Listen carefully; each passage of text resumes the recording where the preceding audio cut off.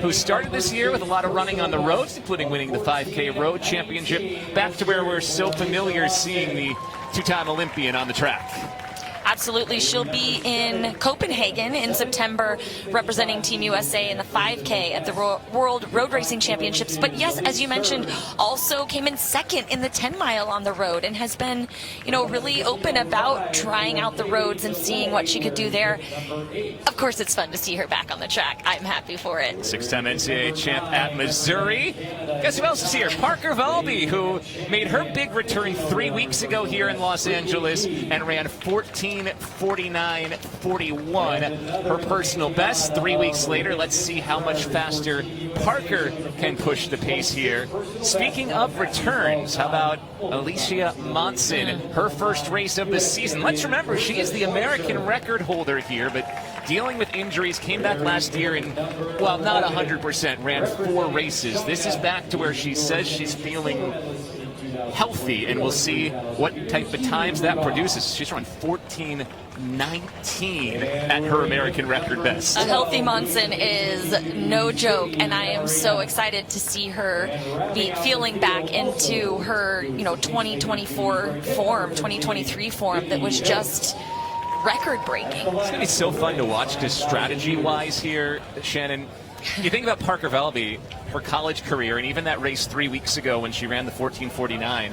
Yeah. So often it's get out in front, no one's really pushed her, and then she goes. This group should push her. Plus, there's some pretty good pacing action here coming from Nikki Hiltz, fresh off their win in the 800 earlier in the day. Hiltz is going to pace this race along with Katie Camarina.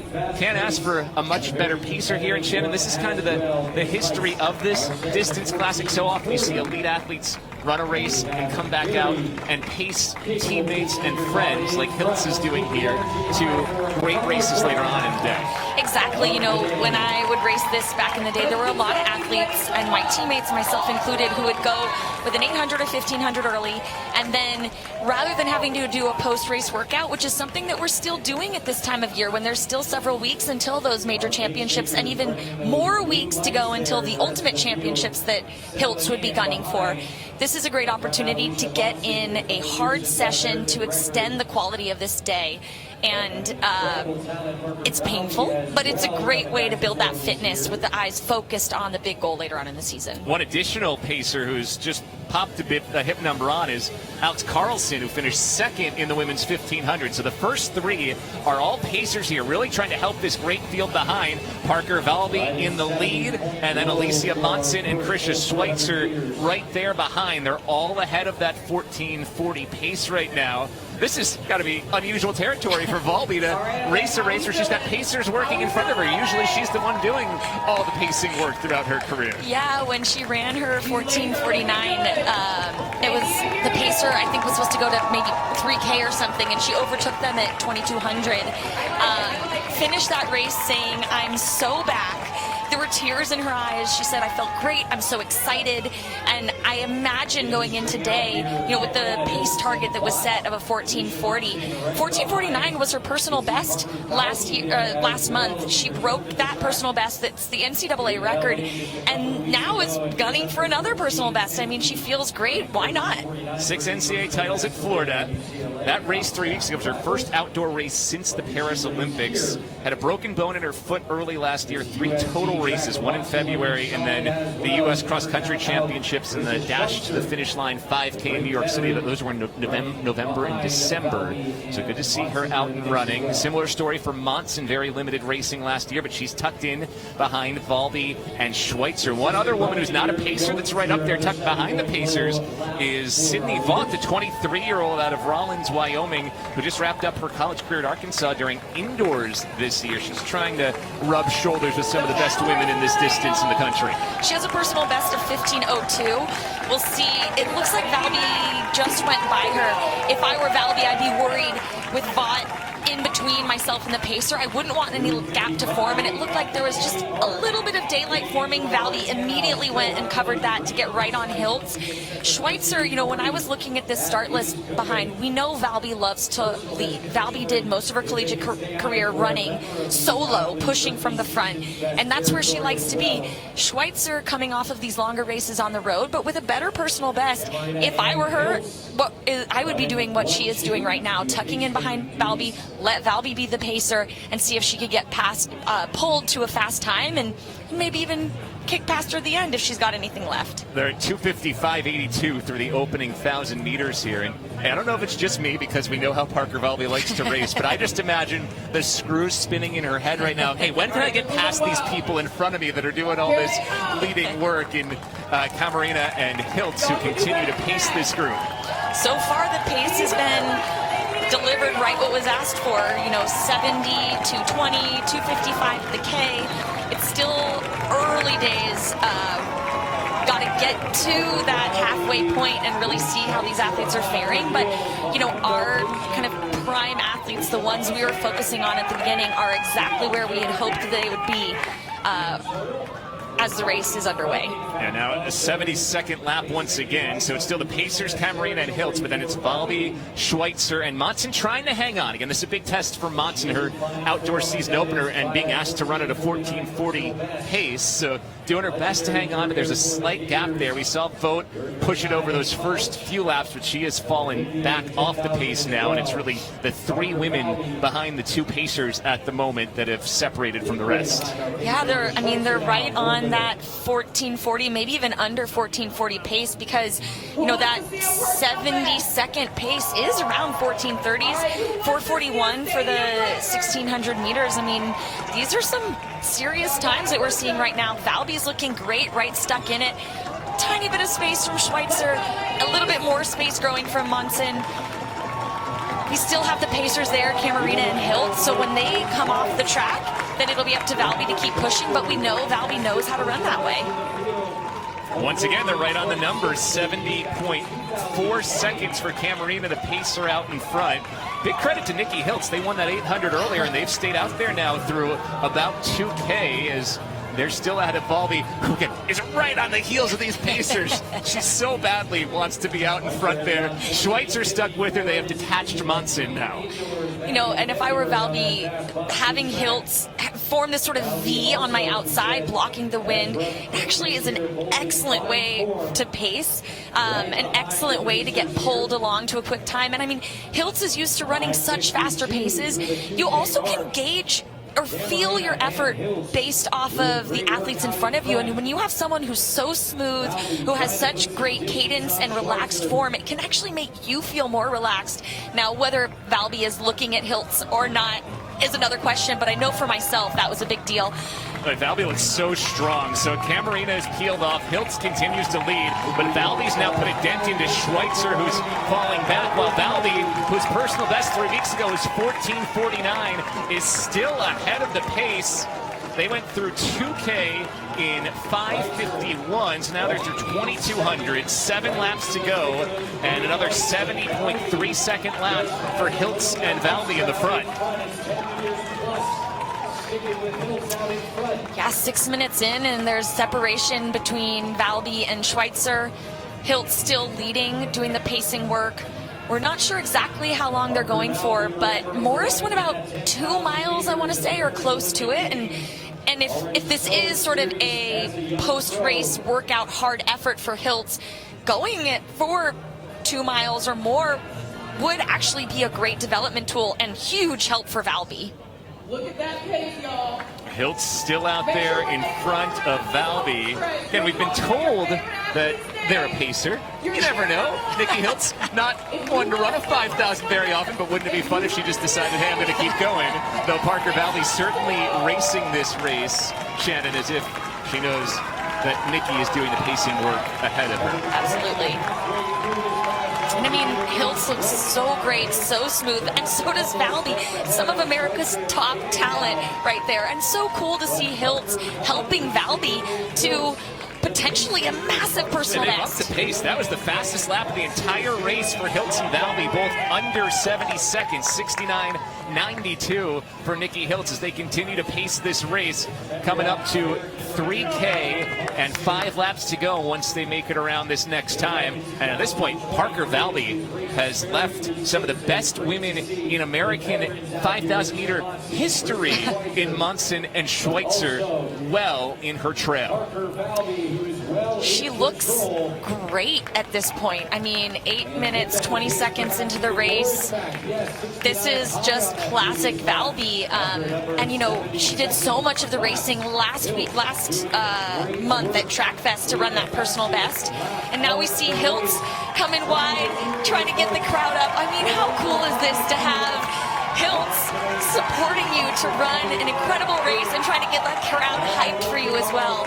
Such a cool athlete, such a great representation of U.S. track and field. That's the yeoman's work from Nikki Hiltz. They run 3K in 8:46:39, pump the crowd up, and let Parker Valby get out and go. And this was Hiltz trying to fire the crowd up, as you mentioned, and trying to fuel Parker Valby to a sub 14:40 personal best. I mean, this is 14:30 kind of pace that we're talking about right now. That was a 69 last lap by Hiltz, and I have to imagine that Hiltz could feel the pressure from Valby and knew that it was time to just accelerate it a bit, because we saw last showing that Valby overtook the pacer when she felt like the pace just wasn't cutting it.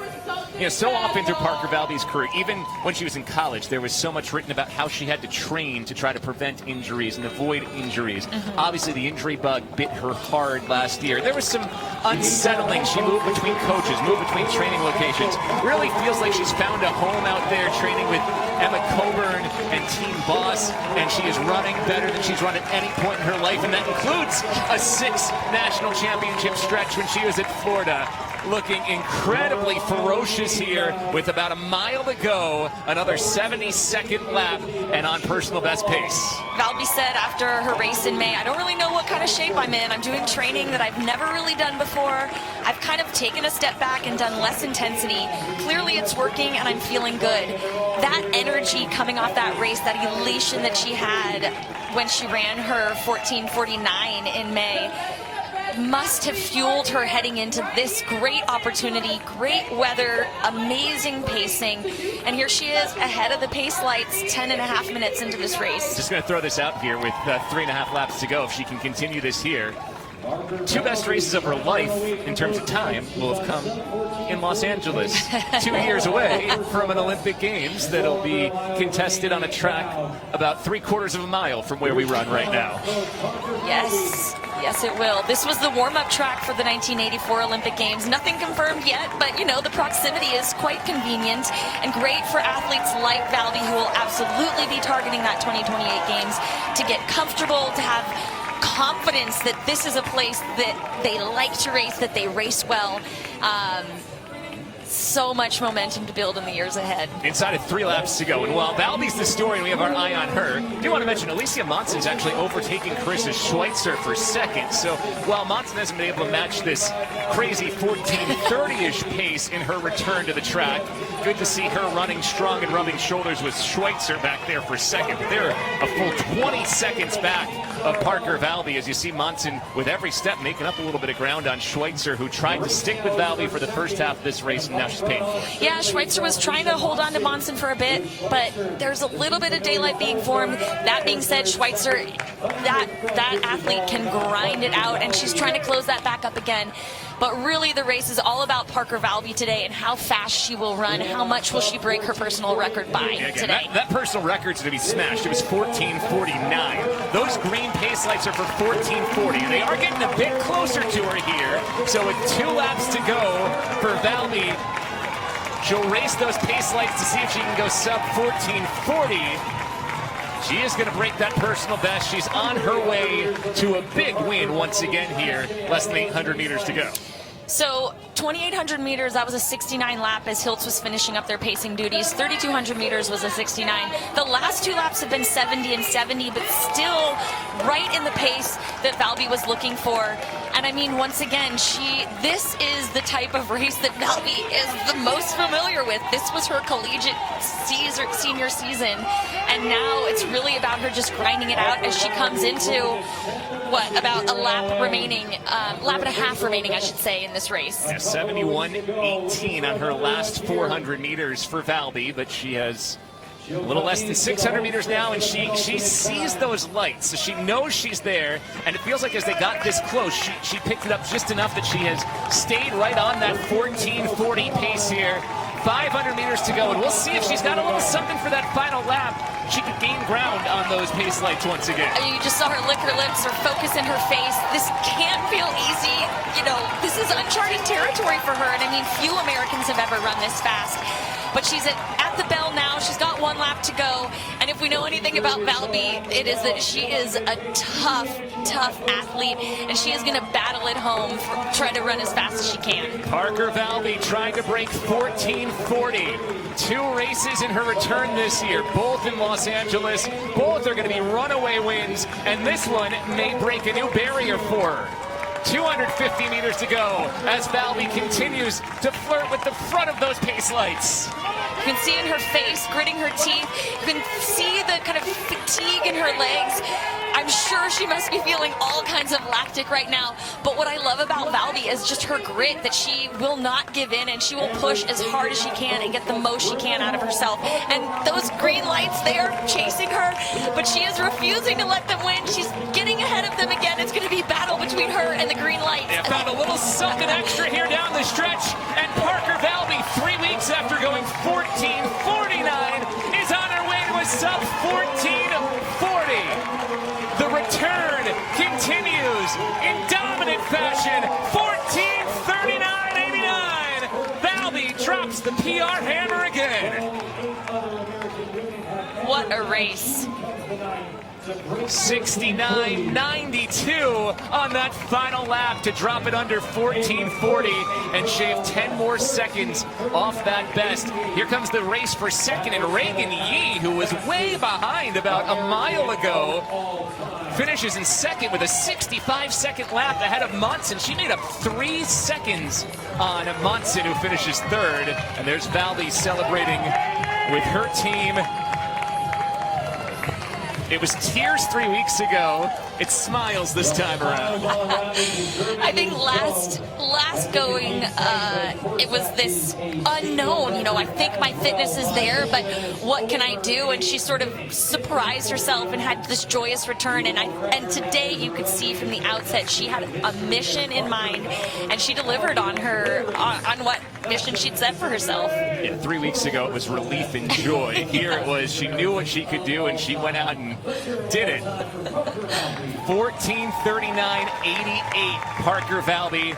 Give a big tip of the hat to the work that Nikki Hiltz did in front of Valby, and Valby finds Hiltz. I just read the lips. Thank you so much. Yeah, First thing right. that she says to Nikki Hiltz. I mean, these long races, it's a lot to manage, and help can be so significant. And as we were saying so many times, Valby knows how to run hard solo, but to have that support just brings you to personal best by 10 more seconds after already setting personal best the last showing. Reagan Yee takes second. We had a huge last lap for her, fastest of anyone in the field, going 65.21 to go from 4th to 2nd on that last lap. Monson third. Haywoo Ga of China, who's raced in the U.S. a bunch these last few weeks, finishes 4th, and Carisha Schweitzer takes 5th. Well, that was all kinds of fun, and what an exclamation point from Parker Valby to close the night out with that 14:39.88. Again, tune back in tomorrow, 1 o'clock local, 4 o'clock Eastern on NBC for day 2 of the LA Grand Prix. For Shannon Roberry and our entire crew, this is Bill Spalding saying so long. Thanks for watching.